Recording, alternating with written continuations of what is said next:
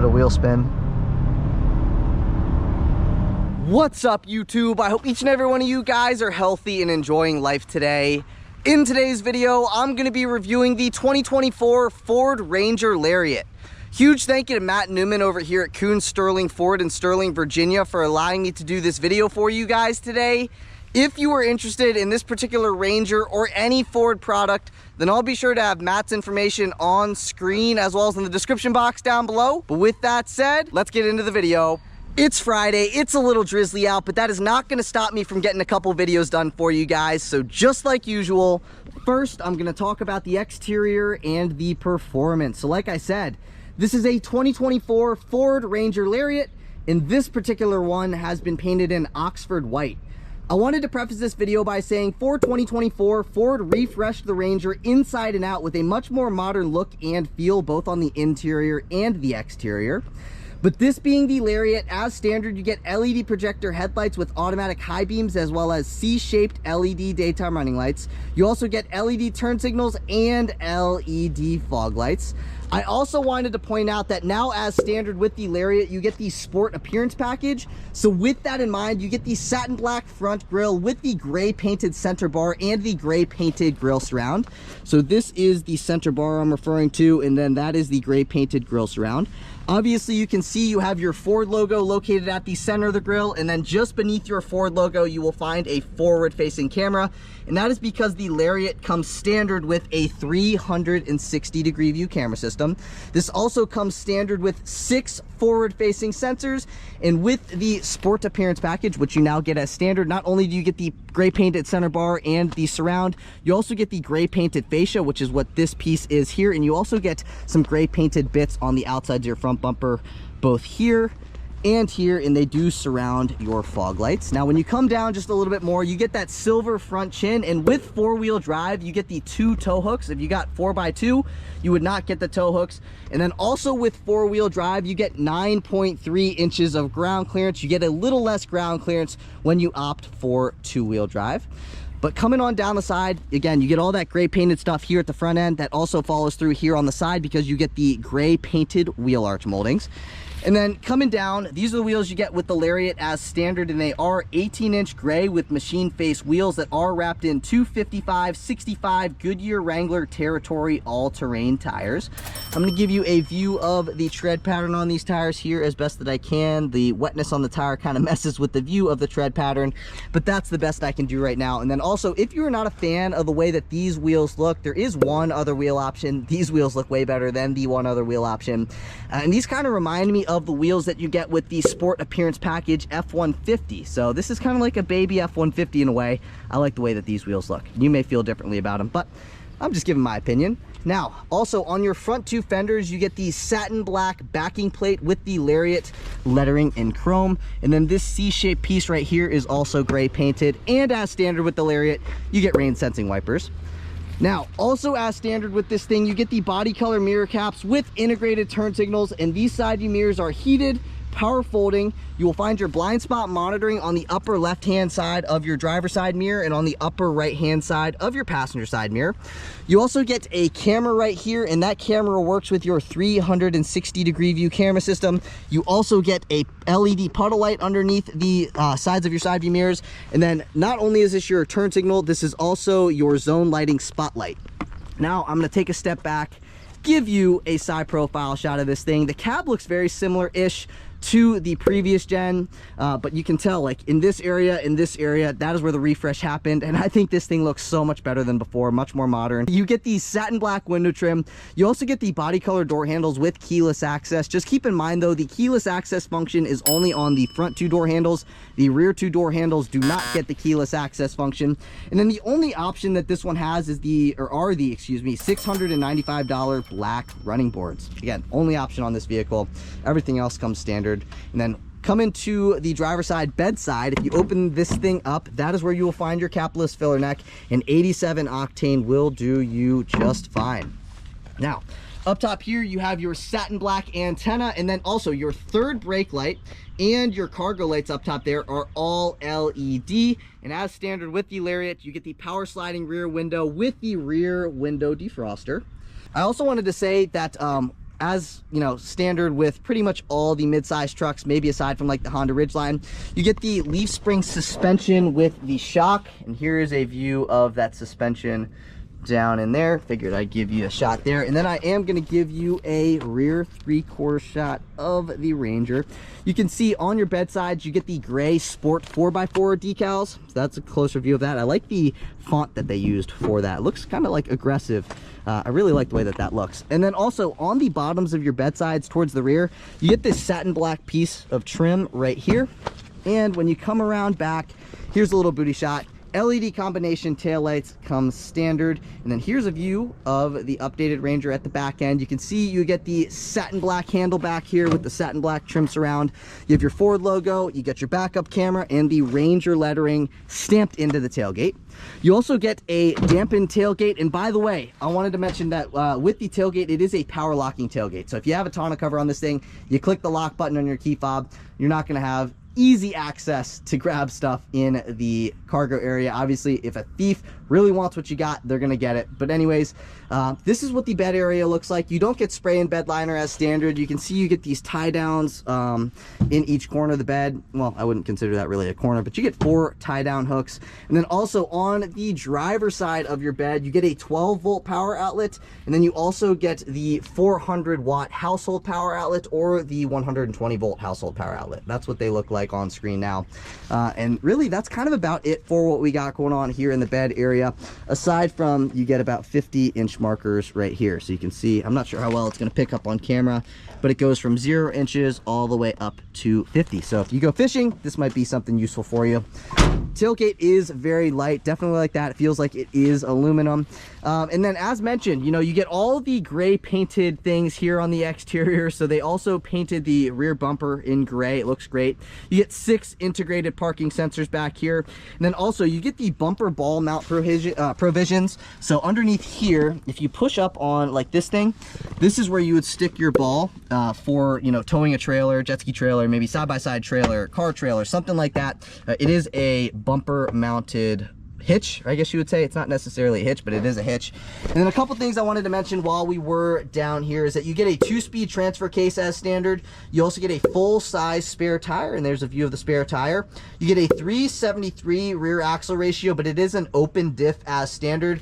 They do offer an optional $420 electronic locking rear axle. If you are interested in that, that would be a must option for me.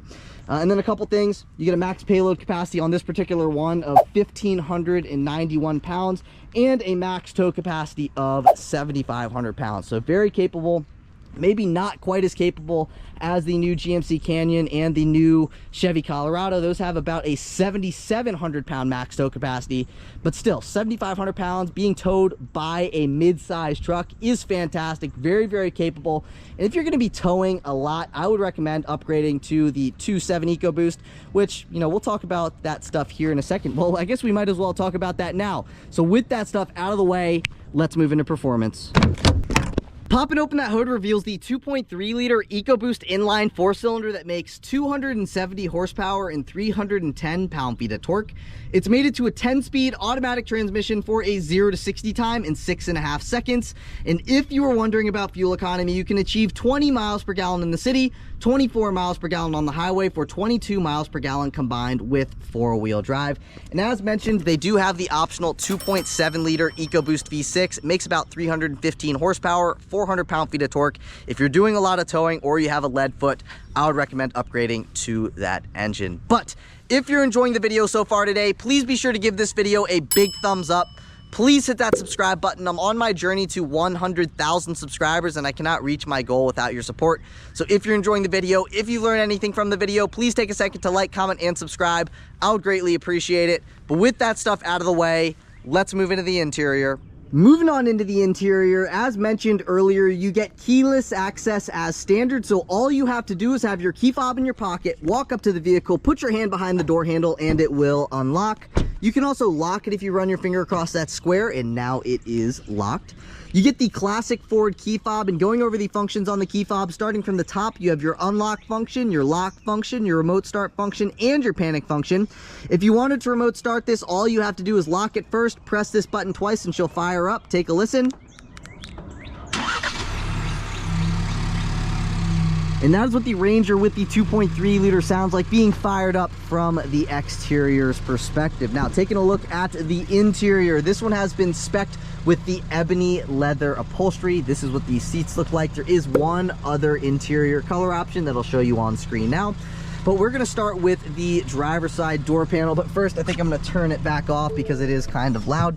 So up top here, you get the vinyl wrapping, you get some gray trim, you have your unlock and your lock functions, 3 memory seat adjustment settings. Pressing on that button is going to power fold in or out your side view mirrors. That button is going to restrict your passenger window privileges. Here are your side view mirror controls. You get automatic up and down windows in the front. You do not get automatic up or down windows in the back. You get a nicely padded armrest, some accent colored stitching, a little bit of storage space down here, a spot you could set a water bottle, and as standard with the Lariat, you get a 10-speaker Bang & Olufsen sound system with a subwoofer. Now, also as standard with this thing, you get a 10-way power driver seat with 2-way power lumbar and memory. And for the passenger, you get an 8-way power front passenger seat with 2-way power lumbar. And also as standard, these front seats are heated. You also get a heated steering wheel as well.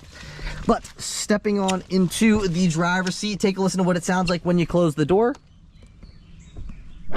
Now, take a listen to what it sounds like when you fire it up. One thing that's interesting, push button, start button is right there. Take a listen. And that is the startup sequence of the new Ranger. So I'm gonna lock it. Now I'm basically just gonna walk you throughout the entire interior. So as mentioned with the Lariat, you get the 10-speaker Bang & Olufsen sound system. So up top here, you get a tweeter. You come down a little bit, you get an HVAC vent, you get some gray trim, and then this button is going to turn your cargo lights on. I pointed the cargo lights on the exterior part of the video. And then here, if you twist all the way up, that is headlights off. That is daytime running lights on. Headlights automatic, headlights always on. Clicking on that is going to turn your fog lights on or off. I like to leave it in automatic personally. And then these 2 buttons to the right of the headlight control knob are the buttons to brighten and or dim your gauge cluster, as well as your backlit buttons. Now, when you come to the bottom of your steering wheel and you flip this down, that gives you access into your manual tilting and telescoping steering wheel. Basically, you can push the steering wheel away from you, you can bring the steering wheel towards you, and it also moves down and up. And then once you find your comfortable position, all you gotta do is lock it right back into place, and now she's not gonna move. Now, let's take a listen to the turn signal. Not only is this your turn signal control stock, this is also your high beam control stock. And when you zoom back out, look at the steering wheel. It doesn't look like a American steering wheel almost in a way. And I know this could be totally placebo, but it kind of does look like an Australian type of steering wheel. Now, you do get a leather wrapped wheel. As mentioned, it is heated. If you wanted to turn the heated steering wheel on, you have to come down to here, you click this there, and then you click on that steering wheel with those 3 little lines, basically turning the heated steering wheel on or off. Now, I'm gonna walk you throughout the controls right up here. So as standard with this thing, you get adaptive cruise control with stop and go. You also have your lane keeping system, and then you have that limb button right there. So if you click the limb button on, it's going to pop up limb 15. Basically, if you click up, it's going to bring that speed up. So let's say I didn't want to go over 25 miles an hour. So now when I accelerate, it's not going to let me go over 25 miles an hour unless I floored it. And if I floored it, then it's going to let me go past 25 miles an hour. But basically, you can kind of modulate the throttle ever so slightly, and it's not going to go above 25 miles an hour.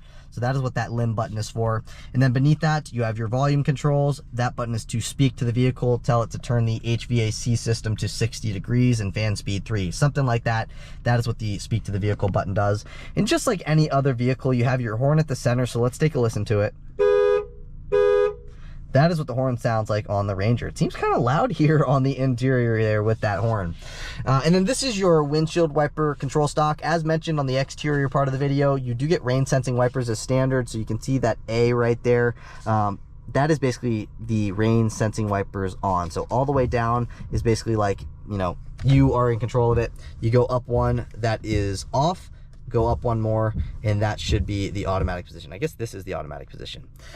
Anyways, push button, start button on the steering column, and moving into the gauge cluster. So the gauge cluster is new for 2024, and it is a 12-inch digital gauge cluster. Looks similar to the ones you find in the F-150, the Expedition, so on and so forth. So basically up top there, you got your coolant temperature gauge, Then that is your oil pressure, transmission fluid temperature, and then all the way over here you have your fuel gauge as well as your fuel range, 158 miles until empty at the moment. And then you got your tachometer over here, your transmission status stuff. This stuff is configurable. Right now it's on the fuel economy screen. Then you have your digital speedometer on the right hand side of the gauge cluster. Ambient exterior temperature. Down here is the current media. Then that basically the song that's being played. That is the compass, and then that is the odometer. Now, if you wanted to control that screen, you have these controls on this side of the screen. So I kind of jumped the gun a little bit, because if you click this button, it is going to pick up and or hang up on a phone call, and then this is to go forwards or backwards on a track. But to control that screen, you have these controls up top here. So basically, if I clicked up, it's going to bring me all the way up in trip 2 information, or trip 1 information is the top screen. You click down 1, then you get your trip 2. Then you have your fuel economy stuff, your auto stop start stuff, and letting you know who is belt or buckled in and who is not buckled in. Now, if you wanted to go back to the home or the menu, basically you click these 3 lines, and then it's going to bring you into the main menu. So up top here, you can go to the My View. Basically, the My View is the calm screen, the fuel economy, trip 1, and the you can configure it. So basically, you press OK. You can remove screens from the My View. You can add screens to the My View. So if you wanted your My View to have the tire pressure stuff as well as your pitch and roll stuff, you can add that. So basically now when you go throughout your My View, when you start at the top, it's got all the other screens, and then it has the ones that you added, like the tire pressure stuff and the pitch and roll stuff. So that is what the My View is. Then you get your trip fuel stuff, off-road stuff. So if you click into the off-road screen, you can see the pitch and roll and as well as the off-road status. So off-road status is basically like the transfer case status and the pitch and roll stuff. You keep going, you got your towing information, navigation stuff, phone stuff, audio stuff, and your different settings. Very easy to use screen. You can also go into the vehicle maintenance screen. You can see your engine information, your oil life, stuff like that. So basically you get your engine hours, idle hours, etc.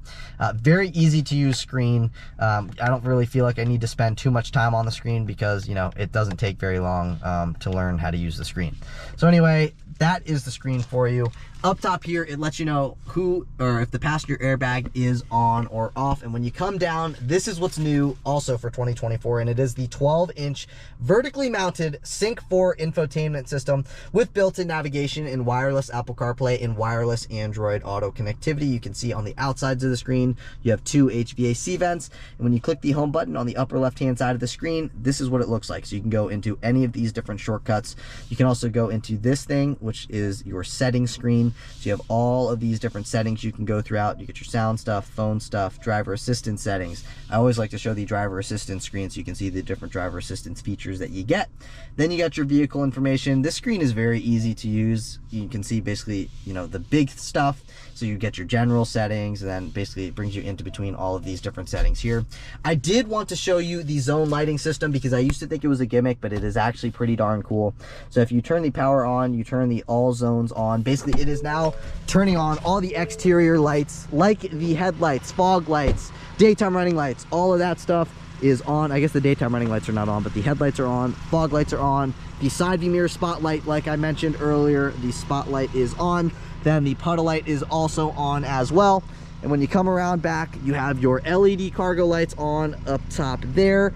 Your reverse lights are also on, as are the license plate lights. But other than that, that's kind of about it for the zone lighting system. It is actually pretty useful if you go camping in the middle of nowhere and you need to use your vehicle as like the thing that lights up.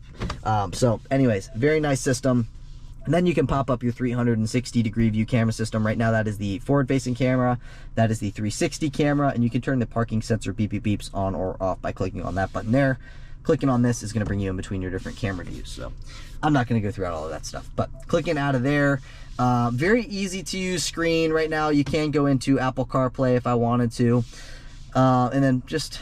you get your temperature, the time, and then down here, I think Ford did a great job with the Ranger when it came to the touchscreen controls as well as the physical controls. So if you wanted the climate control screen to take up the screen, you'd click the up arrow, which is right there.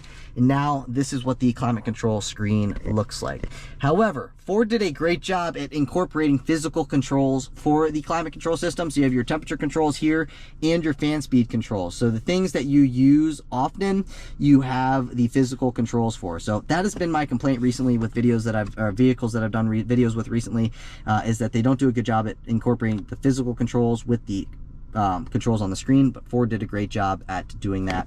And then you get heated seats as standard. So if you click the seat button, you get the heated seats, 3 levels of adjustability. Driver gets the heated steering wheel. Front passenger also gets the heated seats with 3 levels of adjustability.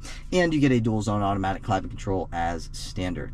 And that's kind of about it for the screen. Very easy to use screen. And then you can see your different shortcut buttons down there. Basically, you get your radio stuff, phone stuff, navigation stuff, audio stuff, and your trailer stuff. So then you get these physical controls, you get the volume control knob, temperature control knobs. That is for the hazard button. Then you get the recirculating information, max AC, and the max front defroster. As standard with this thing, you get a wireless charging pad. So when you put your phone in the wireless charging pad, it will begin to charge, and it will let you know if the phone is charging right here. Basically, that'll turn green, and then you get the light, or the lightning bolt, letting you know that the phone is charging. You get a little bit more storage space there as well. So you can set a key fob down here, and this new shifter is kind of interesting. So there is a button all the way up here at the front that you have to depress in order to bring it into each gear. Now, one thing I found that's kind of weird is that going from drive to reverse, I found myself going from drive to park, so I just got to get used to it. But yeah, you just push the button, you can move forwards and backwards, and then you press the M button. That's going to put you into your manual mode. You can upshift the transmission and downshift the transmission with these 2 buttons right here. Then you get 2 cup holders, an electronic parking brake. As mentioned, you get a 2-speed transfer case. You get the 2 high, the 4 high, and the 4 low. And then you have these controls here. This is to turn the auto stop start system on or off. As standard with this thing, you get active park assist 2.0. So when you click on that button, it's going to bring you into this screen. Basically, you can go into your parking assistance stuff, and this will park you into a parallel parking spot, perpendicular parking spot, any sort of real parking spot. Then that is for your traction control system on or off. And then this is your drive mode selector. So if you click on that, you have a few different drive modes. You got your normal mode, you got your eco mode, you have your sport mode, your tow haul mode, and your slippery mode. I'm gonna leave it in normal mode for right now, but you can see the animations change on the digital gauge cluster dependent on which drive mode you are in. I think that is pretty cool. And really, that's about it for those controls. You get a nicely padded armrest here, and when you open up the armrest, you get a divider. And then beneath the divider, you get a 12-volt power outlet. And let's say your key fob battery dies, you would set your key fob right here, and basically it's going to read the keypad, or basically the ID off of the key fob. It's going to read it, and you're going to be able to start your vehicle even if the key fob is dead. Closing that back up, you also get a little bit of storage space up top here. You could set your phone. I guess I can set my phone up there for size reference. So this is an iPhone 14 Pro Max, and it does fit up top there. You also get a lockable lower glove box, good amount of storage space in the glove box. And then when you come up, you get an auto dimming rear view mirror. The front passenger gets an A-pillar O-poop handle, whereas the driver does not. And then the reading lights up here are both LED. This is whether you want the lights to turn on or not when you open up the door. So when you open up the door right now, the lights are not going to turn on. When it's flush, when you open up the door, the lights will turn on. And then if you click it all the way to the left, that is your instant dome light on button. It's going to turn on all the interior dome lights. And as mentioned, as standard with the Lariat, you get the power sliding rear window. So if you click this right here up, that is going to open it. If you pull down on that, that is going to close the power sliding rear window. And then opening this up, you get a spot you could set your sunglasses. You also get a universal garage door opener, and when you open this up, you get a vanity mirror with 2 vanity lights, a little clip. You can set any small paper product, and then the visor itself slides forwards and backwards depending on where the sun is shining. And really, that's kind of about it for what we got going on up here at the front end. So these seats are very, very comfortable. I wanted to show you something though, is that let's say you're in drive, right, and you turn the vehicle off. Watch the gear shifter. Watch what's going to happen.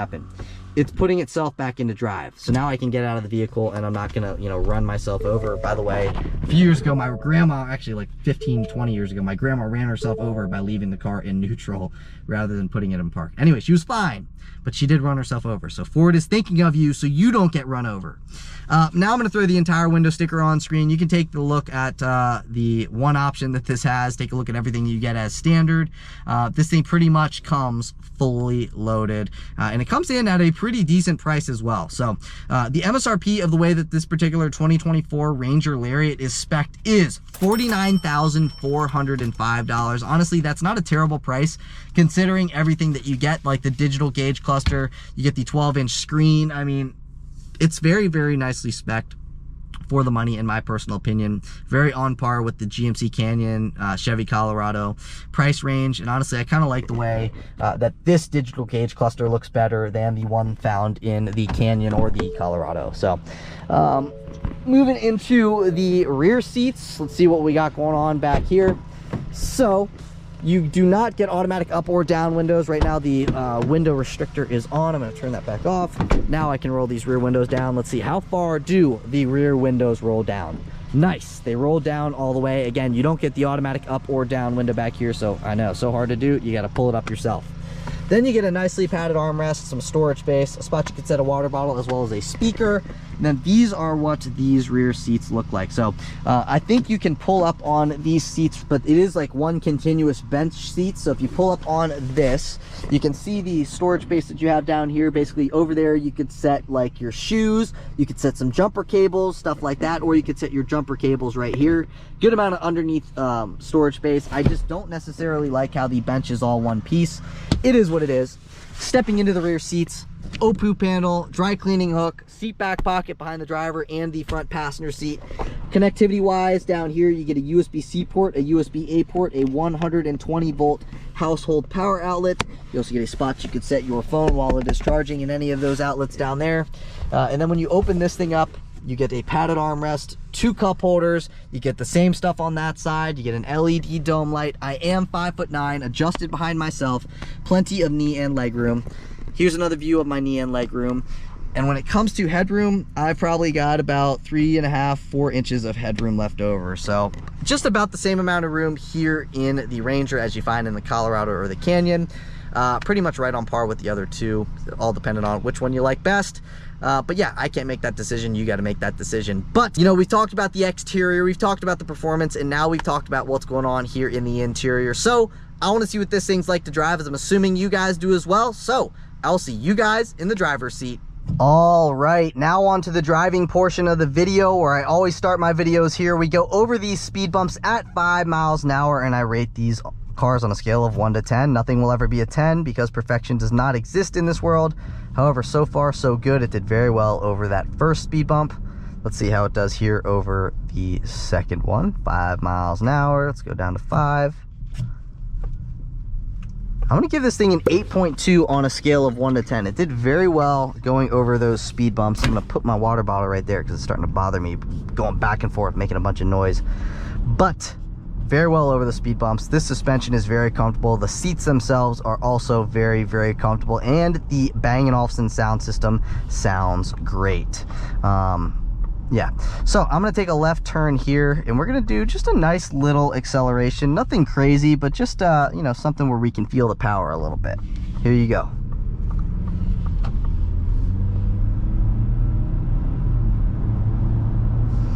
And remember, this one has the 2.3 liter EcoBoost inline 4-cylinder. They also do have an optional 2.7 liter EcoBoost V6. I think that option is about $5 grand, I believe. And the reason is you have to have 4-wheel drive with that engine option. So here is going to be a nice little acceleration. Once this light turns green, I'm going to give it, let's say 60%.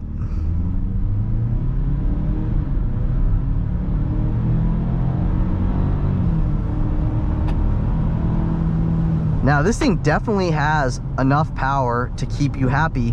However, you know, I would probably still want the 2.7 liter EcoBoost. I think that would make this thing feel crazy fast. And I always like to have more power than less power. So, you know, just something I figured I might throw out there. It makes quite a bit more power. The 2.7 makes about 315 horsepower and 400 pound-feet of torque. This one makes quite a bit less than that, but nonetheless, it still has more than enough power to be happy with. And the reason, you know, I would probably want the bigger engine is just because I do some towing, and with towing, you know, this thing would honestly probably do fine. Like my uncle has a 2016 F-150, and it has the 2.7 EcoBoost, which is one of the smaller engines you could have got back then. And that one pulls fantastic. You know, I pull 5,000 pounds, 6,000 pounds with that truck, and it does a great job at towing. And that's just the baby EcoBoost. You know, they still have the 3.5, so I think maybe this is being the baby EcoBoost. I think this would still be totally fine power wise. Is that our new Ranger over there? It looks like it might be. Okay, yeah, see another, it's either Cactus Blue or Cactus Gray or Area 51. I'm not quite sure what that color is, but there's another new Ranger, and that's what that one looks like from the exterior's perspective. So I think they're great looking trucks. I think Ford did a great job with the redesign of this thing. Now comparing it to the Canyon and the Colorado, now pretty much I at least know on the Canyons, the AT4 and every other trim above the AT4, they all have the wide body look with the 2-inch factory lift. And with the Colorado, I know the work truck and the LT do not have the wide body, but I'm pretty sure all the other Colorados do have the wide body and the 2-inch factory lift. So I don't know. I think those look pretty sick. This thing looks pretty sweet. Now, between the two, just because you can get the 2.7 V6 in this, I think that is pretty cool. And definitely nice to have a V6. Probably doesn't have to work as hard as the 2.7 liter 4-cylinder that they have.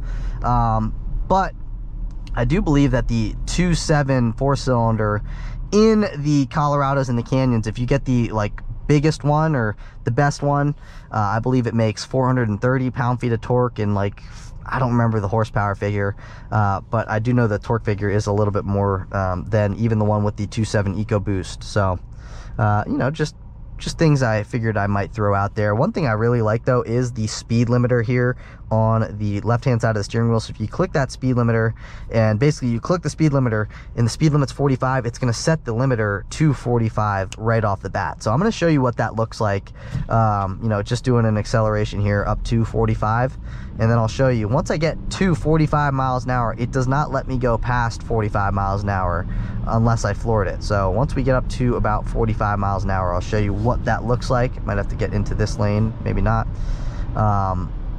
But all right, let's lower this down to about 40 miles an hour.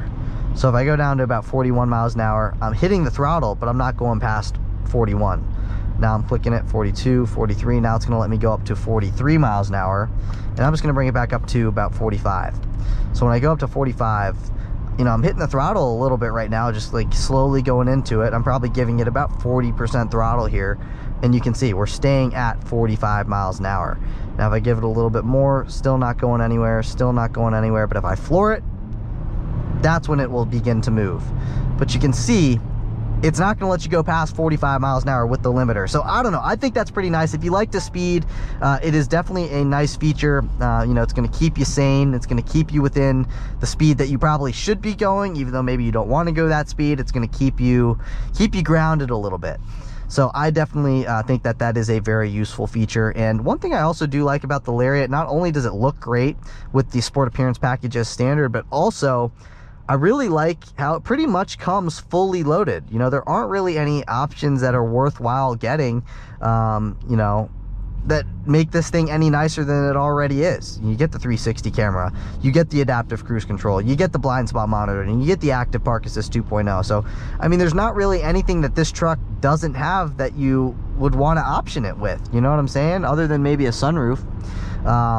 But I mean, it comes, you know, very well loaded. Here, take a listen to what it sounds like cruising at about, you know, 45, 50 miles an hour with the wind, the rain, and the road noise.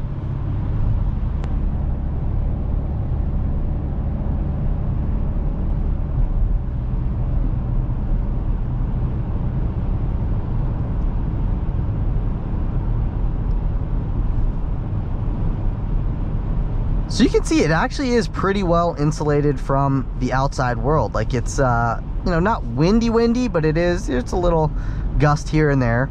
And you know, it seems very quiet to me. I'd like to hear what it sounds like cruising down the road at about 80 miles an hour, but so far, you know, 50 miles an hour, it sounds nicely insulated from the outside world. Here's a nice little acceleration.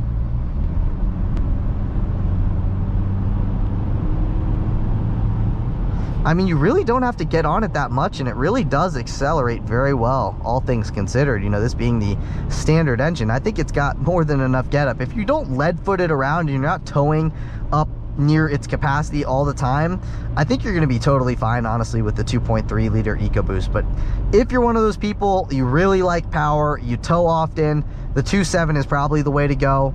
But if you're just going to be daily driving this, you want a truck, you want something that's fuel efficient, so on and so forth down that rabbit hole, then I would say the 2.3 is going to be totally fine for you. You don't really need any more than what this thing's got. And it feels, you know, plenty quick. You know, once you floor it and you really get on it, then you're like, maybe it could use a little bit more power, but it doesn't need more power, trust me. And I'm somebody who really enjoys power, but if it were me, I'd probably get the EcoBoost anyway. I just like having power, and the 2.7 would be the way to go. This thing would probably feel like a rocket ship with the 2.7 liter. So it'd probably feel like what the F-150 is like with the 3.5 liter, how this would feel with the 2.7. Now I'm just going to floor it. A little bit of wheel spin.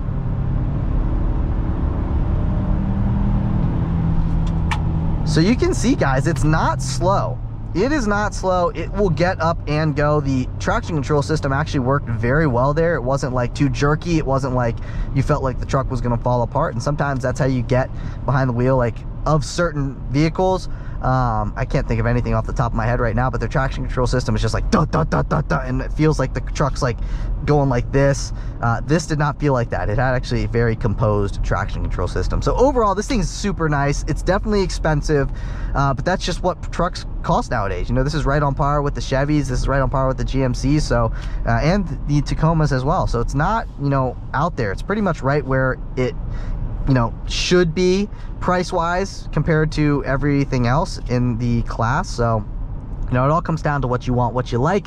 I would say if you're looking for a mid-size truck, you should go out and test drive all of them. Really, you should see which one's for you. Even the Honda Ridgeline, go out, test drive the Honda Ridgeline, Tacoma, etc. All the other trucks, test drive them all and see which one fits you best. You know, that's really what you should do if you're going to be spending 50 grand on a vehicle. But that's it for today's video. If you guys enjoyed the video, please be sure to give this video a big thumbs up. Please hit that subscribe button. I'm on my journey to 100,000 subscribers, and I cannot reach my goal without your support. So if you enjoyed the video, if you learned anything from the video, please take a second to like, comment, and subscribe. I would greatly appreciate it. But again, that is it for today's video. I will catch you all in the next one. Peace.